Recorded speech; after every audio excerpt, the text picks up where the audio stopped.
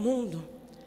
Antes que a criação houvesse, antes que a criação fosse feita por Deus, Deus já tinha uma obra de redenção e de salvação para a humanidade. Ezequiel capítulo de número 28, verso de número 14. Ali quando o profeta assemelha-se o rei Tiro a Satanás, a Lúcifer, que foi arremessado do céu com a terça parte dos anjos. Quando Satanás se ensoberbece, achando que poderia se igualar à sabedoria, ou a se igualar ao poder de Deus, Deus então o expulsa do seu reino celestial. E quando Satanás é arremessado ao abismo, não havia forma na terra, não havia divisões na terra, não havia criação na terra. Quando Satanás é arremessado dos altos céus, Deus sendo Deus autoexistente, Deus sendo um Deus super excelente, o Deus da criação, Ele já sabia que Satanás se levantaria de alguma forma em sua soberba para querer atrapalhar o reinado eterno e celestial. Então Deus agora em sua glória, no seu trono de glória, Ele vai dar início a um plano infalível de salvação. Deus dos altos céus, Ele vai olhar agora para o abismo, aonde aquele que quis sentar em seu trono, quis tomar a sua glória, é lançado, e Ele começa ali um plano de criação. E quando Deus, no Gênesis, no capítulo 1, quando o escritor vai falar da criação de Deus, ele vai dizer que Deus diz: no princípio criou Deus os céus e a terra. No princípio criou Deus os céus e a terra era sem forma e vazia. Então Deus disse: haja luz, e houve luz. E Deus foi criando todos os elementos da criação. Mas junto com os elementos da criação, a criação se manifestou através da palavra. A criação se manifestou através da fala de Deus. Então quando Deus começa a falar: haja luz, haja firmamentos e divisões entre as águas, haja divisão entre a terra e o céu. Quando Deus fala junto com essa criação, Deus vai criar algo importantíssimo para a história. Deus vai criar o alfabeto hebraico. Sabe por que Ele vai criar o alfabeto hebraico? Porque quando Adão vai colocar nome nos animais, a Bíblia vai dizer no Gênesis capítulo 2, verso de número 19, que Adão começou a colocar nome nos animais. E como é que Adão colocaria o nome nos animais se o alfabeto não existisse? Eu quero já abrir uma introdução aqui e te dizer: quando Deus formava a terra pela palavra, até o idioma já estava sendo criado, para eu e você abrir a boca da glória e falar que o nome dele é Deus Criador e poderoso. Agora, quando Deus cria o alfabeto, eu vou ver algo importantíssimo que aconteceu em toda a história e importantíssimo para esse evento no dia de hoje. No alfabeto hebraico, geralmente, as letras judaicas, elas têm um valor numérico. E quando eu olhei para o alfabeto hebraico, eu vi a letra rei. A letra rei é a quinta letra do alfabeto hebraico. E essa letra é a letra que significa o número 5. Quando eu olhei para o 5º aniversário desta igreja, o Espírito Santo falou ao meu coração: filha, é um evento de salvação, de manifestação, porque eu sou o Deus da criação. O número 5, associado à letra rei do hebraico, essa letra é formada pela forma e junção de duas letras hebraicas. A letra Delet, que significa caminho, e a letra Yud, que significa mão, onipresença e manifestação e plenitude de Deus. Quando eu falo dessa quinta letra do alfabeto hebraico, ela também vai representar a palavra. o som é entoado, a letra rei, no judaísmo e no hebraico, ela significa e simboliza a palavra falada. Deus criou o mundo pela palavra. Então, nesta noite eu quero dizer para você que nestes 5 anos existe algo poderoso do céu para se manifestar aqui nessa noite, porque esta palavra não significa só a criação. Essa palavra vai ter alguns significados importantíssimos. Essa letra, este número 5, ele vai expressar a criação, a liberdade, transformação e o principal, a graça divina. A graça que é por intermédio dela e por ela existir, que Deus se manifestou a mim e a você. Quando eu olho para a história em si, quando Deus lá no Gênesis, Ele dá início à história, Ele traça um plano que é pré-histórico. O plano de salvação para o mundo é pré-histórico. É antes que o Éden fosse inaugurado. Ele colocou no Éden aquilo que já estava traçado, aquilo que já estava escrito. E quem é que Deus coloca no Éden? Deus coloca no Éden Adão. Adão foi o homem a qual Deus criou do pó. Adão foi o homem a qual deu inauguração à história. Adão foi o homem a qual Deus escolheu, a qual Deus criou, a qual Deus formou e colocou ele junto com a sua mulher no Éden. Mas a Bíblia vai dizer que sua esposa, mesmo desfrutando de toda a criação, das melhores frutas, das melhores árvores que havia no Éden, de tudo que se tinha ali, nada faltava. Os animais haviam em harmonia, viviam em harmonia com toda a criação de Deus. Mas a Bíblia vai dizer que aquele Satanás que foi arremessado dos altos céus, porque ele achava em sua egocentrismo que poderia ser ou se assemelhar a Deus, agora quando vê Deus criando todas as coisas ao derredor de toda a criação de Deus, ele vai se levantar para se infiltrar dentro da criação, achando que poderia abolir ou atrapalhar o plano de redenção. Mas eu já quero abrir um parênteses aqui: ninguém atrapalha o plano que Deus já traçou, ninguém impede de acontecer aquilo que já está escrito na história. Eu vim pregar o Deus da história, eu vim pregar o Deus da trajetória, eu vim pregar o Deus que se manifesta no meio dos seus como um Deus que tudo pode. E a Bíblia vai dizer que Satanás se apresenta a Eva e vai dizer a ela: olha, sabe aquela única árvore que foi dita a você e Adão para vocês não comerem? Aquela árvore, se vocês comerem daquele fruto, vocês vão ter a mesma sabedoria, vocês vão saber, vão ter conhecimento, o entendimento de vocês vão ser aberto. Agora Eva, engoldada por essa ambição, cai no Éden.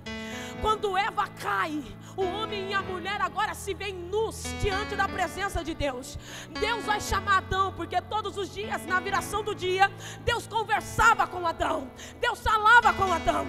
Agora Adão se vê nu diante da presença de Deus, tenta ele fugir da presença de Deus, mas Deus chama Adão para um particular, vai olhar para ele, vai olhar para Eva e vai olhar para a serpente, olhando para Satanás, para a serpente disfarçada, olhou para ela e disse: olha, em outras palavras, você fez a mulher cair, você fez consequentemente Adão cair, mas do ventre da mulher nascerá um que esmagará a cabeça da serpente. Adão cai, mas Deus sempre tem um agente de avivamento para levantar na história, para que o plano dele se cumpra. Adão caiu, Seu filho Caim deu inauguração ao primeiro assassinato. Mas a Bíblia vai dizer, Gênesis capítulo 4, verso de número 25, que Deus levanta agora Sete, que é o terceiro filho de Adão. Esse filho que quando Eva gera ela fala: o Senhor me deu este filho no lugar de Abel, que foi morto pelo seu irmão Caim. De Sete, Deus vai levantar Enos, que nesse momento da história o povo estava totalmente sem conexão celestial. O primeiro assassinato tinha acontecido, a criação tinha decaído devido ao pecado que foi introduzido na história. Mas a Bíblia vai dizer, Gênesis capítulo 4, verso de número 26, que quando Enos se levanta, através de Enos, o povo começou a invocar o nome do Senhor. O povo se levantou para invocar o nome do Senhor. A Bíblia vai dizer que quando Enos se levanta, o povo começa a adorar e a invocar. Enos morre e novamente parece que a criação começa a estar fora de junção com o reino celestial. Deus levanta Lameque, que era descendência setita, descendência de Sete. Ele vai gerar um homem, e esse homem é aquele que deu a reinauguração ao mundo e à criação de Deus. É de Lameque que Deus vai gerar Noé. Na época de Noé, Deus olha para a terra e vê que a terra está totalmente corrompida. Os homens tinham relações sexuais até com seres angelicais. Havia uma depravação moral. Deus olha para a terra, não vê um justo, mas quando ele olha para a casa de Noé, ele não vê só um justo, ele vê uma família pronta para executar e dar continuidade ao plano de salvação. Essa noite Deus está olhando para a casa de alguém aqui. Será que existe alguns Noés que Ele pode contar nessa geração? Quando Deus olha para Noé, é Ele que o seu nome significa descanso e alívio. Quando seu pai coloca esse nome nele, o seu pai estava profetizando de uma forma, dizendo: o povo vai ter descanso através desse homem, o povo vai ter alívio. E esse descanso aqui era da profecia que Deus tinha lançado sobre Adão, e dizendo: olha, Adão, agora você vai ter que suar o rosto, agora você vai ter que viver com o suor do seu rosto. Então Lameque, quando gera Noé, ele invoca a Deus e ele pede a Deus, ao povo, um descanso. E a Bíblia vai dizer que Noé, no meio do caos, para continuar o plano de redenção e de salvação, Deus levanta ele para construir uma arca. Deus levanta ele para salvar a criação. Parece que eu vejo em toda essa trajetória Satanás nos reinos celestiais, ao derredor de toda a criação, dizendo: eu vou destruir o plano desse Deus, eu vou acabar com a criação dele. Quando Satanás ao derredor vê Noé construindo aquela arca, fazendo aquela arca imensa, todo mundo chamando ele de louco, todo mundo chamando ele de um homem insensato, zombando da fé dele, zombando do Deus dele, zombando da família dele. Me permita conjecturar com você, parece que eu vejo a família de Noé sendo humilhada, porque eles aceitaram viver um plano de salvação, porque eles aceitaram fazer parte do plano de redenção. Escute, alguém pode olhar para a tua casa, para a tua família e achar que vocês são loucos, e achar que não vai dar em nada essa arca. O que adianta orar tanto, buscar tanto? Olha a sua vida como está. Eu vim aqui como boca de Deus para a sua vida, para te dizer: vale a pena fazer parte do plano de Deus.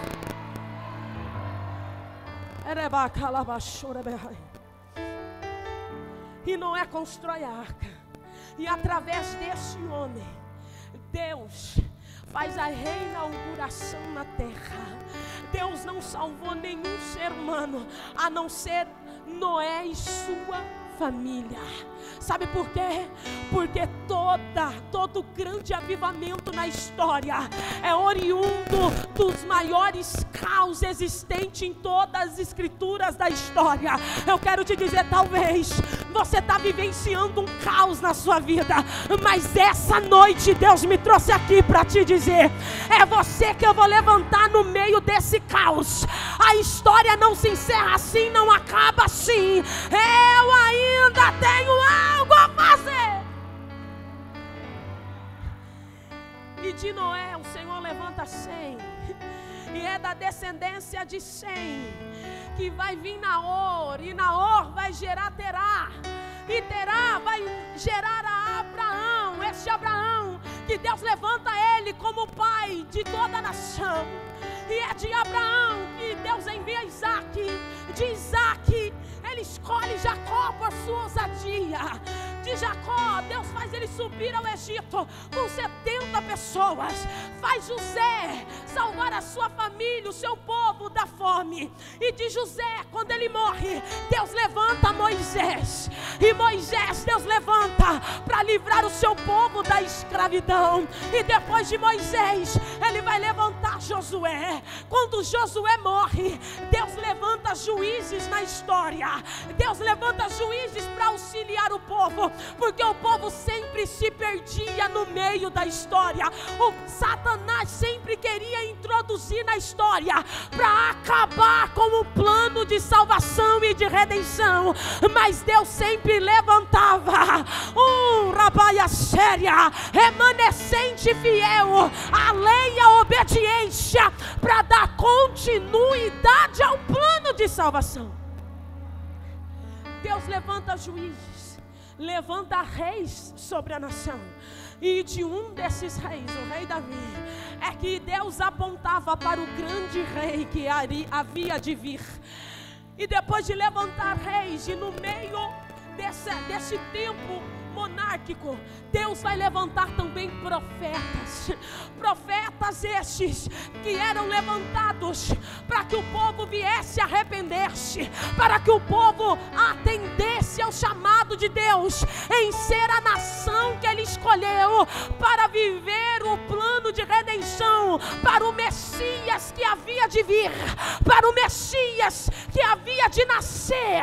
E no meio destes profetas, eu vou ver um dos últimos profetas, ou melhor dizendo, o último profeta a prenunciar a vinda do Messias. Quem é esse? É João Batista. João Batista, que é aquele a qual Isaías falava no capítulo 40, verso de número 3: voz do que clama em meio ao deserto, preparai o caminho do Senhor, endireitai no ermo as suas veredas.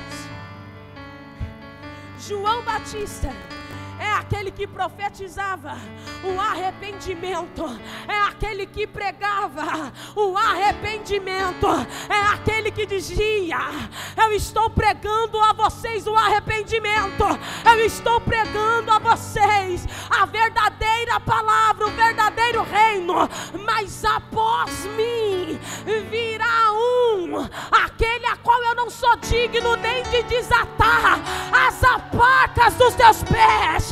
Na verdade, eu vos batizo com água, mas Ele vos batizará com o Espírito Santo e com fogo.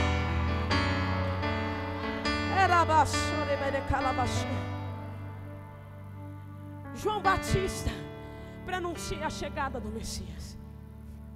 E esse Messias não vai nascer num berço de ouro, dentro de um palácio, ou no ventre de uma rainha. Não, vai nascer no ventre de uma menina, jovem, virgem, uma menina anônima para a sociedade até então, mas é ela que o céu aponta. O nome dela é Maria, ela que era noiva de José. E agora o anjo aparece a Maria, aparece a José dizendo: é vocês os escolhidos. Parecia improvável, porque ela nunca tinha conhecido homem algum, estava noiva ainda, mas Deus é o Deus da história. Eu vim pregar para um povo que serve um Deus de improváveis, que serve um Deus de impossíveis, que serve um Deus que dá estéreo, ela faz dar a luz, que aquela que é virgem faz vir o Messias, porque Ele é o Deus da história, e o Deus da história se manifestou na minha e na sua trajetória, derramando a maior promessa cumprida que eu e você poderia receber. Sabe qual foi? Foi quando o Messias nasceu para mim e para você. Ele nasce, e quando ele nasce, a Bíblia vai dizer que as profecias começam a se cumprir. Então alguns magos do Oriente, que alguns vão dizer que provavelmente eles fossem magos na Babilônia, e que eles tivessem tido algum relacionamento com os exilados na Babilônia, eles começam a saber que haveria um rei a nascer em Belém. E quando eles avistam a estrela que sinalizava onde Jesus estava, eles chegam até aquele lugar. E quando eles chegam até Herodes, eles perguntam onde está, aonde é que nasceu o rei, a qual a estrela nos sinaliza, a história nos sinaliza. Eles não eram magos, porque havia tipos de magos que mexiam com magias negras, mas esses sábios eram como astrólogos, que estudavam a história e estudavam as profecias. Então agora Herodes se preocupa. Herodes vai olhar para aqueles magos na intenção de saber aonde é que estava este menino, aonde é que estava essa criança. Eles saem da presença de Herodes, e eu acredito que o próprio Deus vai dizer para eles: vocês vão chegar onde está o grande rei, mas não vão voltar para contar para Herodes, porque eu sou o Deus da história. Eu sou o Deus da história. Herodes nenhum vai matar aquele que tem que viver. Herodes nenhum vai arabacalabaia saio. Eu vim dizer que o Deus da história está aqui dentro desse lugar hoje. Então eles encontram, o adoram, dá a eles presentes. E a Bíblia vai dizer que o anjo aparece a José e vai dizer: José, vai ao Egito, porque agora Herodes vai começar uma caçada contra o meu filho. E a Bíblia vai dizer que José sobe ao Egito, e a Bíblia vai dizer que Herodes manda matar todas as crianças ao redor de Belém, até 2 anos de idade. Começa uma matança muito grande. As crianças, todo bebê de sexo masculino começa a ser morto. Ele bate na casa de um, bate na casa de outro, mas o Deus da história já tinha sinalizado aonde o filho dele tinha que se esconder. Eu quero te dizer, o diabo pode se levantar achando que vai matar aquilo que Deus determinou que vai nascer. Eu quero te dizer, nem que for necessário, ele muda a tua localização, ele muda a tua geografia, ele muda teu endereço, ele muda teu nome, ele muda teu sobrenome, mas uma coisa ele não vai mudar: aquilo que ele determinou na sua vida vai acontecer.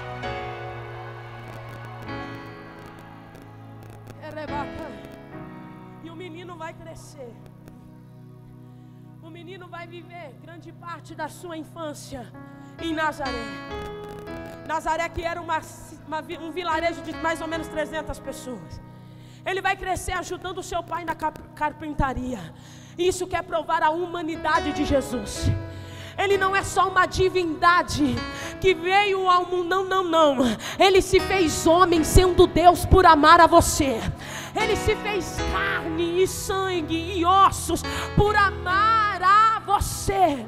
E a Bíblia vai dizer que agora, perto dos teus 30 anos de idade, ele vai se apresentar às beiras do Jordão.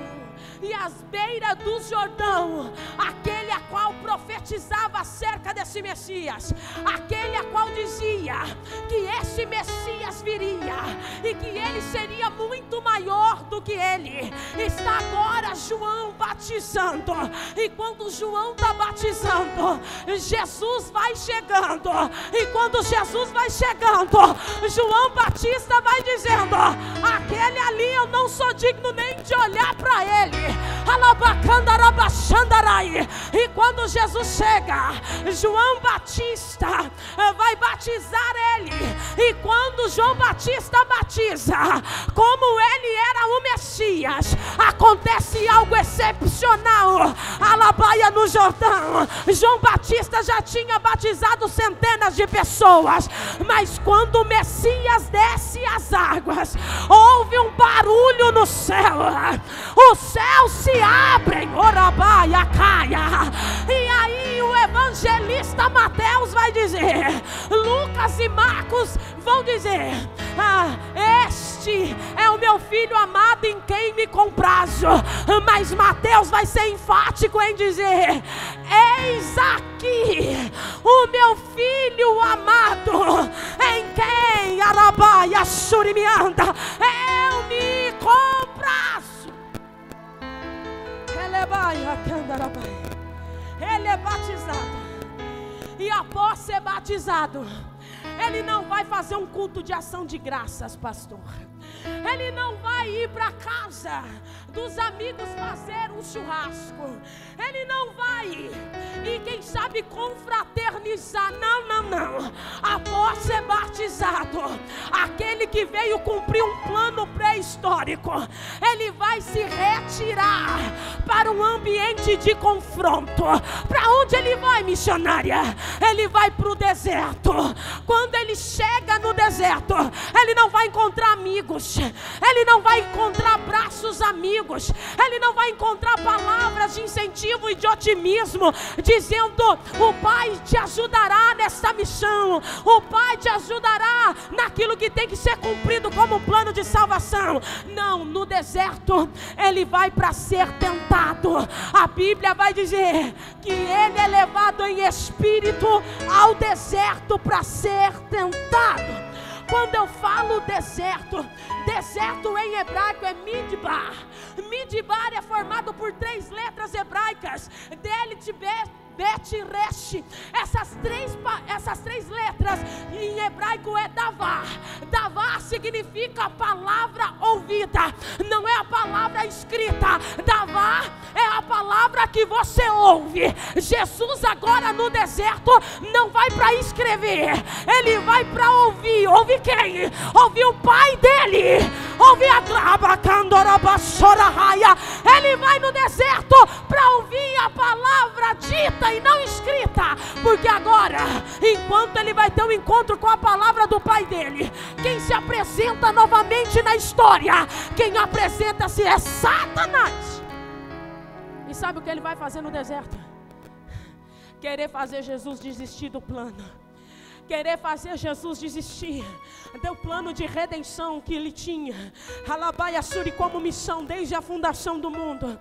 E ele vai dizer: se tu és o Cristo, faz 40 dias que você está jejuando, faz 40 dias que você está aí nesse propósito, manda essas pedras se transformar em pão, já que tu és o Filho de Deus, já que tu tens poder na terra, manda essa pedra se transformar em pão. Ele vai olhar para Satanás, e agora pela palavra que ele encontra no deserto, ele vai dizer: nem só de pão viverá o homem, Satanás. Alabachurianda. E ele é insistente, ele vai dizer: olha, eu vou te levar ao pináculo deste monte. E quando ele levanta Jesus ao mais alto do pináculo daquele monte, ele vai olhar para todo o reino da terra e vai dizer para Jesus: olha, se tu se encurvar perante mim, todo esse reino eu te darei. Jesus vai olhar para ele e vai dizer: ah, Satanás, existe só um que é digno de adoração, e eu sei quem ele é, porque eu resido junto com ele. Ele é o meu Pai. E ele é persistente, vai olhar para Jesus e vai dizer: então, já que tu tens poder, lança-te daqui, Porque não está escrito: aos seus anjos dará ordem ao seu respeito. Ei, escute, no deserto é local de você ter total intimidade com Deus. Sabe por quê? É no deserto que Deus vai permitir a sua fé ser tentada. É no deserto que Deus vai permitir aquilo que você sabe de Deus ser tentado em você. Você pensa que Satanás não conhece palavra? Conhece muitas vezes mais do que você. Sabe por quê? Os filhos das trevas é mais prudente do que o filho da luz. Vai perguntar para o macumbeiro se ele pode chegar atrasado nos trabalhos que ele faz. Vai perguntar para o macumbeiro se ele pode chegar atrasado quando ele vai na reunião, nos encontros dele. Não pode chegar atrasado. Se chegar, ainda vai ser punido, ainda às vezes nem vai ser recebido. Mas eu e você, quando estamos na presença, às vezes queremos levar de qualquer maneira, chegar em qualquer horário, fazer de qualquer jeito. Mas crente que está no deserto aqui nessa noite, eu tenho uma palavra do céu para a sua vida. É noite de você se encontrar com a palavra que Ele está te dizendo, para você ser forte depois desse deserto. Ele vai olhar para Satanás e vai dizer: não tentarás o Senhor teu Deus, Satanás. Aparta-te de mim. Deserto é local de você entender o poder do seu Deus, mas também saber que aquilo que você executar dentro deste período vai refletir naquilo que Deus tem para a sua vida. Jesus, após sair do deserto, ele se muda. Jesus, sabendo da prisão de João Batista, quando ele sai do deserto, ele vai agora sair da Judeia, vai para Galileia, cumprir as profecias, cumprir aquilo a qual Isaías profetizou a respeito dele. E ele vai então se mudar agora para Cafarnaum. E agora Jesus vai executar o seu ministério por mais ou menos 3 anos e meio. E ele executa, ele cura, ele prega, ele fala do arrependimento, ele traz a palavra de salvação, ele traz a palavra de libertação, ele levanta os seus discípulos, ele levanta aqueles a qual se daria continuidade ao plano de salvação. Mas ele dizia aos seus discípulos: eu tenho um prazo determinado, eu não vim somente para existir, eu vim também para morrer. Mas não vim só para morrer, eu vim para morrer e ressuscitar. Muitos profetas morreram, estão lá marcados o nome deles no túmulo deles. Muitos profetas passaram, curaram, ressuscitaram, mas morreram e não voltaram. Então Jesus dizia: eu vou morrer, mas eu também vou ressurgir. E ele vai ter uma morte dura. E é aqui que eu quero entregar a mensagem para você. Esse Jesus que existe, este plano que existe desde a inauguração do mundo, ele veio ao mundo porque o amor de Deus foi derramado na humanidade. Ele não vai morrer uma morte como alguns judeus morreram, porque todos que morriam crucificados, ele tinha um pecado e uma punição. Mas esse Jesus que foi traído por um dos seus discípulos, esse Jesus que foi vendido por 30 moedas de prata, esse Jesus que teve os seus discípulos que o traiu, que negou a ele. Ele estava no Getsemane, e no Getsemane, quando ele vai orar, os seus 3 principais discípulos sobem com ele para orar, mas eles dormem. E no momento de agonia, no Getsemane, ele começa a suar gotas de sangue. E sabe o que significa isso? Para a ciência. E se você for ler a morte e crucificação de Jesus escrita por um médico, você vai entender que no Getsemane, Jesus teve um pico de hematidrose. Hematidrose é um fenômeno raro de acontecer no ser humano. Isso é raríssimo, milhões de pessoas, uma ou duas acontece. Isso só acontece em extrema agonia. Isso só acontece num ambiente de extremo medo, calafrio, tensão. É aonde as veias sudorípicas do couro cabeludo começam a se romper de tanta tensão, de tanto pavor, de tanta agonia, que então as veias se rompem e começam a derramar sangue pela face. Ele começa a suar gotas de sangue. Sabe por que era isso? Porque já no Getsemane ele sabia a guerra que estava acontecendo, porque lá no inferno havia um grande movimento dizendo: Judas já entregou ele, nós vamos levar ele para o Sinédrio. Lá no Sinédrio eles já estão tudo conosco. Do Sinédrio ele vai ser julgado, Pilatos vai assinar a sua sentença. Nós vamos acabar com este plano deste Deus que acha que é o grande. Eu vejo Jesus caminhando pela via dolorosa. Eu vejo o inferno na paralela dizendo: nós vamos acabar com o plano de redenção. Mas eu vejo esse Jesus, que ele sendo Deus, ele poderia ter, quem sabe, desistido. Quem sabe ele poderia não ter se sujeitado a isso. Mas sabe o que foi que fez ele ir até o fim? Foi o amor que ele tem por mim e por você. Ele teve mais ou menos 468 hematomas pelo seu corpo. Ele teve uma coroa de espinho, com espinhos de 5 centímetros perfurando a sua face. Ele teve pregos de 18 centímetros amarrando e pendurando as suas mãos e os seus pés. Ele teve uma cruz de 5 metros de altura, 2,5 metros de largura, pesando em média 80 quilos. Ele passou por um flagelo romano, era a pior forma de açoite. Ele foi açoitado com chicotes de couro, que na ponta desses chicotes tinha ossos de animais pontiagudos, que cada chicotada que ele levava era um pedaço de carne que saía dele. Cada chicotada que ele levava era um pedaço de hematoma que abria nele. A dor dele era tão grande que poças de sangue ia sendo deixado pelo caminho enquanto ele caminhava para o Calvário. Mas Isaías vai dizer que, como um cordeiro mudo, ele não abriu a sua boca. Sabe por que ele não abriu a sua boca? Porque ele olhava para a sua vida.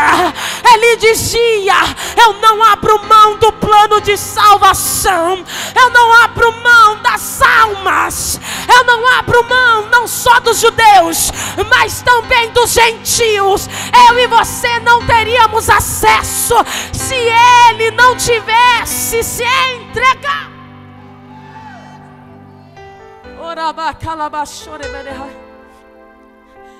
O Calvário não foi um acidente. O Calvário foi uma agenda de Deus. O Calvário foi um apontamento divino. O Calvário foi um plano eterno. O Calvário teve 2 palcos de Deus na terra: palco de justiça de Deus e palco de amor de Deus derramado por nós. Jesus sofreu. Quando ele chegou no momento de sua crucificação, a Bíblia vai dizer que eles enrolaram ele. Ele sendo Deus, ele sendo o Filho amado do nosso Deus, ele agora tem o seu corpo todo exposto. E quando os romanos vão pendurar ele no Calvário, eles puxam aquele lençol que o envolvia. E quando eles puxam, se você vê uma gaze, quando nós machucamos, fica aquela camada de pus às vezes. E quando você puxa, a carne sai junto. Agora Jesus não tinha uma ferida pequena. Jesus tinha todo o seu corpo. Alabaia, candaraia. Ele tinha todo o seu corpo machucado. E quando eles puxam aquele lençol, sai pedaços de carne dele, sai pedaços de calabaia súria do seu corpo físico. Quando eu olho para esta cena, eu vejo agora, quem sabe, o Pai em seu trono olhando para a terra, dizendo: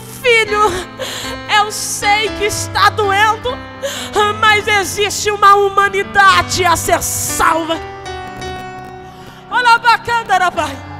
Ao ponto de Jesus olhar agora na cruz do Calvário e dizer: Eli, Eli, lama sabachthani. Deus meu, por que me desamparaste?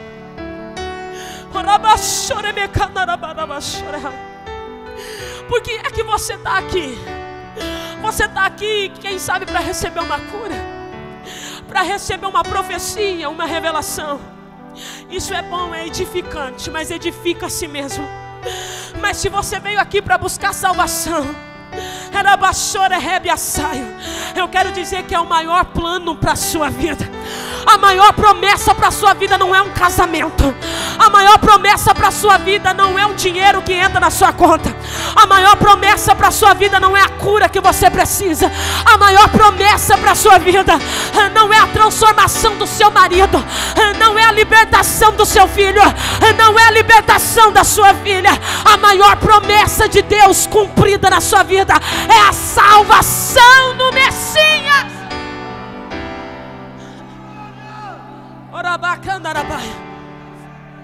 E a Bíblia vai dizer que ele mesmo se sentiu desamparado por tamanha agonia. E agora, quando ele se entrega, o Espírito dele, ele entrega o Espírito dele, o véu do templo se rasga de alto a baixo. O lugar santíssimo agora é rasgado. E naquele momento um grande terremoto acontece. Os romanos que estavam ao pé da cruz, que estavam ali contemplando a morte dele, eles que zombaram dele na cruz do Calvário, eles que olhavam para a cruz e diziam: se tu és o rei dos judeus, desça-se daí. Se tu tens poder, não curou tantos, por que você não desce daí? Eles vão olhar para aquele tremor, para aquela escuridão que tomou conta de todo aquele local. Eles vão dizer e vão olhar: verdadeiramente ele é o rei dos judeus. E é neste espaço de tempo que ele vai agora às extremidades do inferno e ele vai dizer: Satanás, Alabai, eu fico imaginando ele se apresentando já num corpo glorificado, ele que morreu todo transfigurado, os seus olhos estavam inchados, a sua boca estava inchada, o seu corpo todo dilacerado pelas chagas que fizeram nele, os seus pés perfurados, as suas mãos perfuradas. Alabai, eu fico imaginando ele descendo às extremidades do inferno, naquele barulho de Rabai Ashurianta, de um grande exército. Ele vai chegar e vai dizer: Satanás, você achou que a cruz tinha me limitado, mas a cruz só me deu poder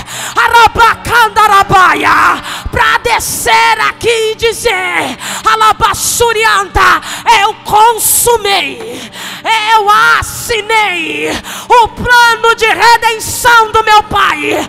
Me dá aqui o poder.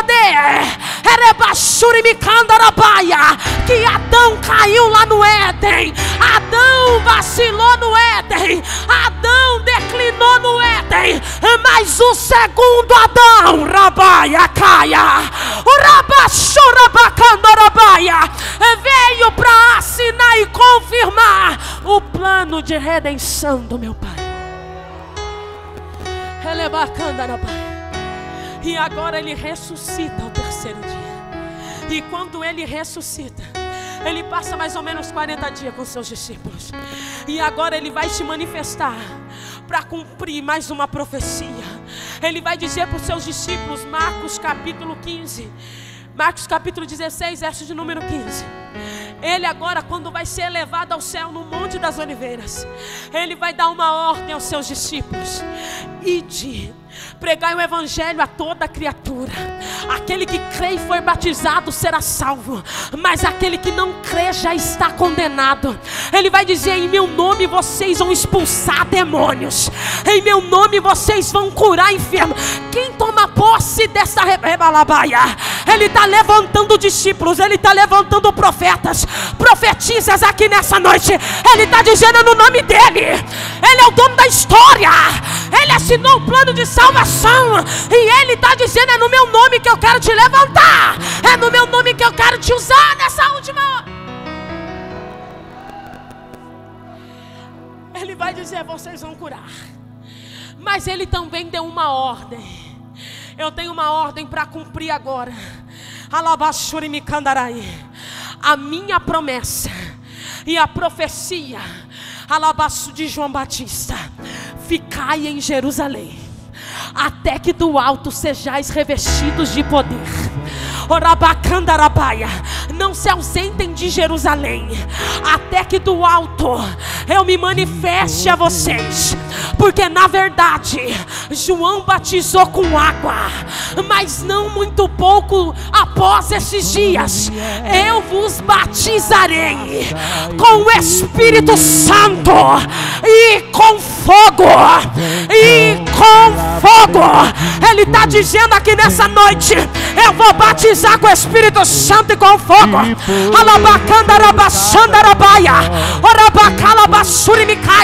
E a Bíblia vai dizer, Atos capítulo, e o povo estava reunido, e enquanto Pedro pregava, houve-se um barulho e um vento veemente, alabaçurianda,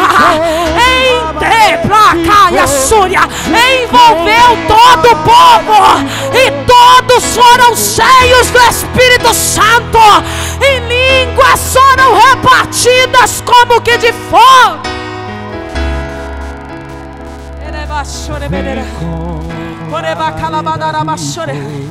Essa noite é noite de você ser cheio do Espírito Santo.